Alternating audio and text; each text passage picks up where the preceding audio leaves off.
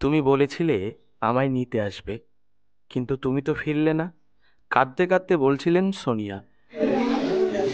मैं भी तो आया नहीं, मैं तो मर गया। मैं आऊंगा देखो।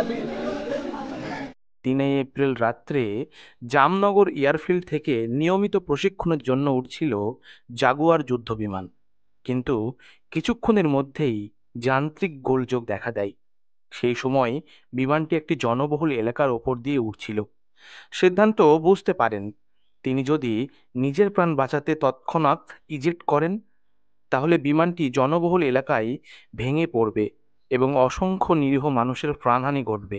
তাই তিনি ঝুঁকি নিয়ে বিমানটিকে জনবসতি থেকে দূরে নিয়ে যান। এর ফলে বিমানটি সুভদ্রা গ্রামের কাছে একটি খোলা মাঠে বিধ্বস্ত হয়। মাত্র 28 বছর বয়সে নিজের জীবন উৎসর্গ করলেন বহু মানুষের প্রাণ বাঁচানোর জন্য। গুজরাটের জামনগরের কাছে জাগুয়ার যুদ্ধবিমান দুর্ঘটনায় শহীদ হয়েছেন ফ্লাইট লেফটেন্যান্ট সিদ্ধান্ত যাদব। मैं भी तो आया नहीं, मैं भी तो आया नहीं।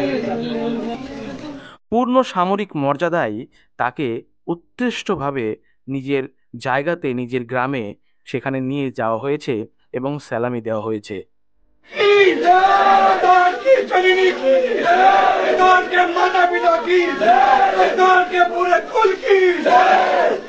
যুদ্ধবিমান দুর্ঘটনায় নিহত পাইলটের মরদেহ যখন গ্রামে পৌঁছায়, তখন গ্রামবাসী, প্রাক্তন সেনাকর্মী ও সাধারণ মানুষ তেরঙ্গা হাতে দাঁড়িয়ে শ্রদ্ধা জানান।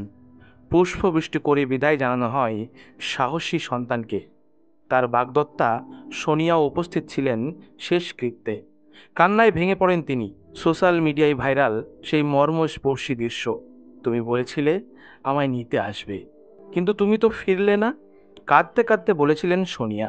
3 এপ্রিল রাতের জামনগর এয়ারফিল্ড থেকে নিয়মিত প্রশিক্ষণের জন্যই উঠছিল জাগুয়ার যুদ্ধ বিমানটি, কিন্তু কোনো যান্ত্রিক ফল্টের কারণে সেটি বিধ্বস্ত হয় এবং লেফটেন্যান্ট সিদ্ধান্ত যাদবের মৃত্যু হয়। मैं भी तो आया नहीं, मैं भी तो आया नहीं। मैं तो मर गया। मैं आऊंगा देखो।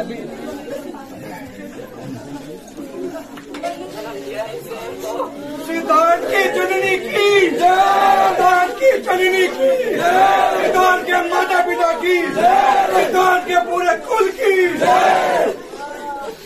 सिद्धार्थ यादव हमारे, जब तक सूरज चांद रहेगा, जब तक सूरज चांद रहेगा,